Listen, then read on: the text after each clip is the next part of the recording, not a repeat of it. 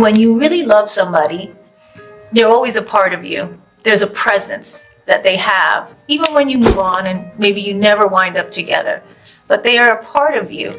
Just sometimes I feel like what you think people are and how you see them when you love them is different than when they reveal.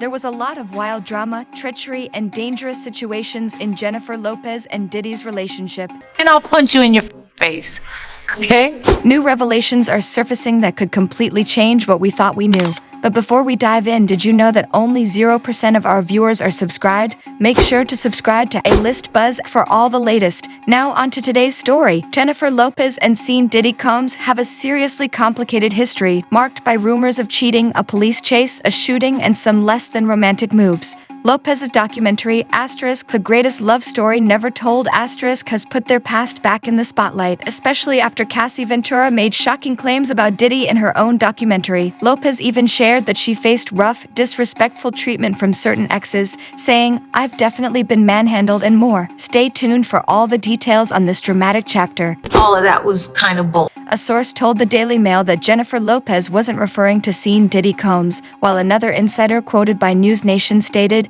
"He definitely manhandled her, but it's unfair to bring this up now, like kicking a man when he's down." A few months before Lopez's documentary release, Cassie filed a lawsuit accusing Diddy of physical assault and rape during their relationship. Despite these claims, Lopez hasn't publicly expressed any hard feelings toward Diddy. In fact, she and her then-boyfriend Alex Rodriguez joined his virtual dance-a-thon in 2020, and she hugged him during the final show of her Las Vegas residency in 2018. An attendee told the Daily Mail, Jennifer saw Diddy in the crowd and sang to him. However, when discussing their past relationship on CBS Sunday Morning in 2019, Lopez mentioned, "Became kind of a mentor to me in that moment. We had this kind of crazy, tumultuous relationship, and that ended in like a bang, let's say."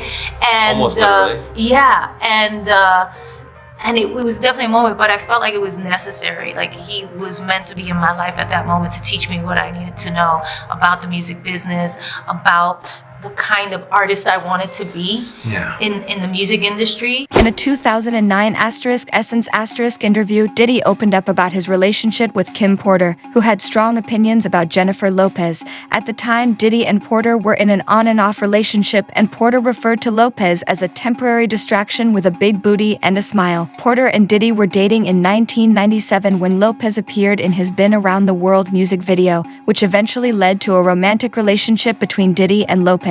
Feeling betrayed, Porter kicked him out of their home, but she believed he would come back. "He was still in love with me," she said. She also claimed that Diddy would call her frequently, even while he was publicly dating Lopez. Around this time, Porter and Diddy welcomed their second child together, only for Porter to later discover the affair. Meanwhile, Lopez's first husband, Ojani Noah, felt betrayed too. He told the Daily Mail that he had asked Lopez about her dates with Diddy, to which she replied, "It's just business." Although Noah admitted he was jealous, he reminded her that they were still married. The two eventually divorced in 1998, just a year before Lopez and Diddy made their debut as a couple at the 1999 MTV VMAs. In his Essence interview, Diddy said he cheated because Porter wasn't conforming to his preferences, remarks that many found distasteful. The relationship took a darker turn when Diddy and Lopez were involved in a 1999 shooting at Club New York in Manhattan. Following a confrontation between Diddy and another clubgoer, Matthew Scar Allen, witnesses claimed Diddy and fellow rapper Jamal Shine Barrow began firing shots. Diddy fled the scene in a car with Lopez, his driver, and bodyguard, leading police on a brief chase. A gun was found in the vehicle, and Diddy was charged with gun possession and bribery, though he was later acquitted. Lopez was detained for questioning but faced no charges, although a police officer reportedly insulted her appearance during the ordeal. Shine was ultimately sentenced to 10 years in prison for attempted murder. However, the story resurfaced in 2024 when music producer Rodney Lil Rod Jones filed a civil suit claiming Diddy had once bragged about being the one who shot a club patron. The shooting victim, Netanya Rubin, recently called for an investigation into Diddy's role, citing Jones's claims that Lopez had allegedly brought the gun into the club and passed it to Diddy during the fight. Investigation involving you getting shot at that club be reopened? Absolutely. The irony is, there was a grand jury. We all had to go and speak at the grand jury. J-Lo testified at the grand jury. As as did many other people. It needs to be reopened, because if that is in fact the case, she carried the gun in and she lied to the grand jury. It needs to be reopened. My shooting, ironically, the night I went into the club, I had a comb in my pocketbook called a rat tail comb. People in the beauty industry or people that use that type of comb will be all too familiar. It's just a comb. It can't do anything to harm anyone. And I had the very security officer who lied during the trial, Sharice, I forget her last name, but she literally took it from me and kind of pushed me like, you can't take this thing, this is a weapon. To let other people in the gun. If someone had combed me 24 years ago, I'd be fine. You wouldn't even know my name. But having been shot by someone that was allowed to come into a gun when I couldn't bring in a comb, I would absolutely unequivocally like the case reopened. It needs to be reopened. And the saddest part for me is, had people taken what I said more seriously and listened more intently, 24 years worth of people probably would not have had this up. Cassie alleged in her lawsuit that Diddy forced her to carry guns for him, a move she claims was meant to make her see him as violent, powerful, and dangerous. This situation echoes the power dynamic in Diddy's relationships with both Cassie and Jennifer Lopez. Diddy was already a highly successful record executive when he began dating each of them, young, rising artists just starting to build their careers. Diddy's relationship with Lopez, which Lopez later described as a love that went terribly wrong, didn't work out for several reasons, including her suspicions about his late-night activities. Though Lopez admitted she never caught him cheating, she sensed it, recalling to *vibe*, he'd say he was going to a club for a couple of hours and then never come back that night. In February 2001, Rolling Stone published an interview where Lopez, still with Diddy at the time, described their relationship as intense, revealing that Diddy frequently expressed a desire for a divorce, despite their relationship status. The couple split later that month, with Diddy publicly announcing the breakup on Valentine's Day. Months later, in an attempt to win her back, Diddy staged a grand gesture, releasing doves outside Lopez's home. Unfortunately, some of the doves tragically failed mid-flight, landing in the yard of a famous neighbor, actress Halle Berry. Lopez later recounted on the Wendy Williams show how Berry's dogs amusedly watched over the fallen birds, adding that the whole scene symbolized Diddy's failed romantic gesture. This bizarre moment became one of the many memorable stories surrounding their high-profile relationship. At the time, so I was in my own relationship, so I had to have self-control. And then we just became friends. I was a dancer, she was a dancer. I was ambitious, she was ambitious. I was a workaholic, she was a workaholic. At first, all of those things was working, and I've been larger than life. But at first, I didn't like him at all.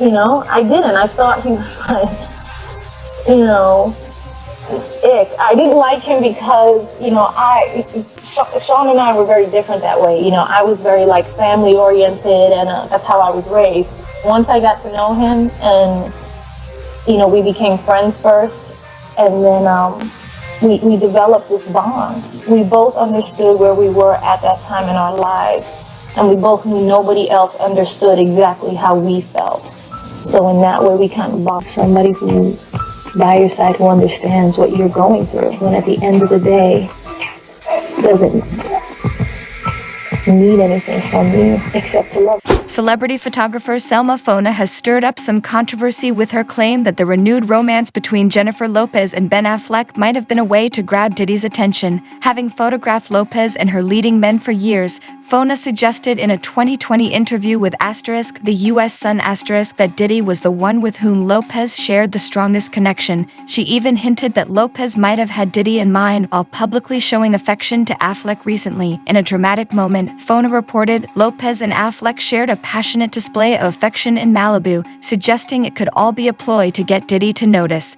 And it seemed to work, as shortly after news of the reunion broke, Diddy posted, then quickly deleted, a nostalgic Instagram photo of himself and Lopez holding hands. Despite the rumors, Diddy clarified in Vanity Fair it wasn't trolling, she's just a friend. Diddy's former bodyguard, Gene Deal, added another layer to the story. He told The Art of Dialogue that Affleck was once at a party where Diddy nearly fought Will Smith, hinting that Affleck has long been part of this intricate Hollywood web. At a birthday party that I think either Matt Damien was giving for Ben Affleck. It was just a little gathering.